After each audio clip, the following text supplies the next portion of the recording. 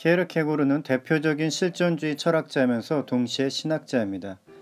실존주의를 연구하는 철학자라면 키에르케고르보다는 하이데거를 연구하는 사람이 훨씬 더 많을 것입니다.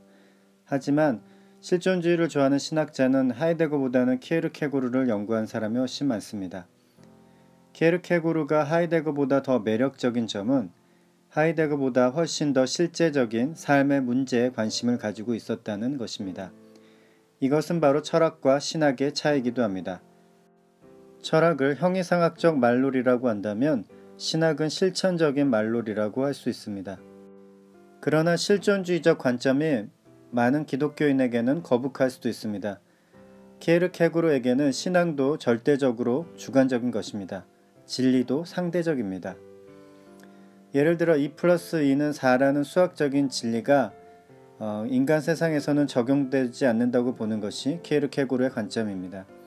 진리는 개인적인 진리, 나에게만 진리로 적용할 수 있는 것이지 실존적인 입장에서는 객관적 보편적 진리는 존재하지 않습니다. 키에르케고르는 아주 독실한 신앙인으로 알려져 있는데요. 그러나 예수를 믿고 구원을 받는다는 기독교의 기본 진리도 키에르케고르에게는 아주 주관적인 진리인 것입니다. 주관적인 진리는 개인적으로 고백될 수는 있지만 타인에게 강요될 수는 없습니다. 이런 예를 하나 들어보죠. 나는 우리 집 근처에 있는 만리장성이라는 곳에서 만든 짜장면이 세상에서 제일 맛있어 라고 말한다면 이것은 개인적인 진리입니다. 누구도 그것을 아니라고 공격할 수 없습니다. 그것은 개인적인 경험이고 그 경험에서 나온 진실된 고백입니다. 그렇다고 내가 남에게도 같은 것을 먹이고 나와 같은 고백을 하라고 강요할 수는 없는 것입니다. 키에르케고르의 불안의 개념에 대해서 알아보죠. 키에르케고르에 따르면 불안은 좋은 것일까요? 아니면 나쁜 것일까요? 사실 지문에 벌써 답이 포함되어 있습니다. 키에르케고르는 불안은 좋은 것이라고 주장합니다. 키에르케고르의 말입니다. 인간은 하나의 종합, 즉 정신에 의한 마음과 육체의 종합이기 때문에 불안해질 수 있는 것이므로 그 불안이 깊으면 깊을수록 인간은 위대하다. 이렇게 말하고 있습니다.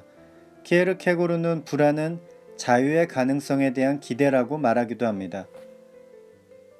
그러므로 신앙의 도움을 받을 수 있다면 절대적으로 좋은 것이라고 보기도 합니다. 그리고 키에르케고르는 신앙을 무한성을 성취하는 내적 확신의 의미로 이해합니다. 불안은 독이 든 성배와 같은 것이라고 할 수도 있겠습니다. 왜냐하면 견딜 수 있다면 불안은 인간에게 좋은 것입니다. 하지만 견딜 수 없다면 인간이 극단적으로 타락하거나 스스로 목숨을 끊을 수도 있겠죠. 그렇다면 신앙을 가진다면 이 불안이 그냥 해결될 수 있는 것일까요? 키에르케고르는 아니라고 말합니다. 우리가 불안으로 인해서 신앙을 가질 때가 많죠. 하지만 키에르케고르는 신앙 안에서 운명을 발견하고 이 운명을 신뢰하려고 한다면 불안이 다시 이 운명을 제거해 버린다고 말합니다. 키에르케고르는 이런 말을 했습니다. 왜냐하면 운명은 불안과 마찬가지로 그리고 불안은 가능성과 마찬가지로 마녀의 편지이기 때문이다. 마녀의 편지, 느낌이 확 오지 않습니까? 마녀의 편지는 유혹하는 것이죠. 그러나 그 유혹에 넘어가면 더 비참한 파국을 맞게 될 것입니다. 불안하다고 신앙을 의지하고 종교에서 말하는 그 운명을 믿다가는 결말이 좋지 않다는 그런 말입니다. 키에르케고르에 따르면 불안은 제거해야 할 대상이 아니라 무한한 가능성의 삶을 실현하기 위해 우리가 즐겨야 할 배경음악과 같은 것입니다. 키에르케고르가 한 말입니다. 불안해지는 것을 제대로 배운 자는 유한성의 온갖 불안이 연주를 시작하여 유한성의 제자들이 자신의 정신과 용기를 잃게 할 때에도 춤추듯이 걸어갈 것이다. 키에르케고르는 이런 말도 하는데요. 우울증에 빠진 사람은 모든 사소한 일에는 불안을 느끼나 중대한 일이 생기면 훨씬 편안한 숨을 내쉰다. 이 말을 우울증이 있는 분에게 한번 물어보고 싶네요. 정말 그렇습니까? 그 이유에 대해서 키에르케고르가 말하는 것은 이런 것입니다.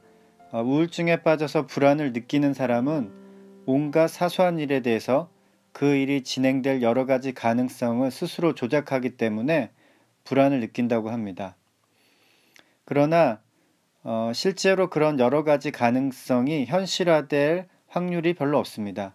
그런데 중대한 일에 대해서도 마찬가지로 우울증에 빠진 사람은 여러 가지 가능성을 조작하는데 사소한 일과는 달리 중대한 일은 그 가능성이 실제로 현실화될 수 있다고 하는 것이죠.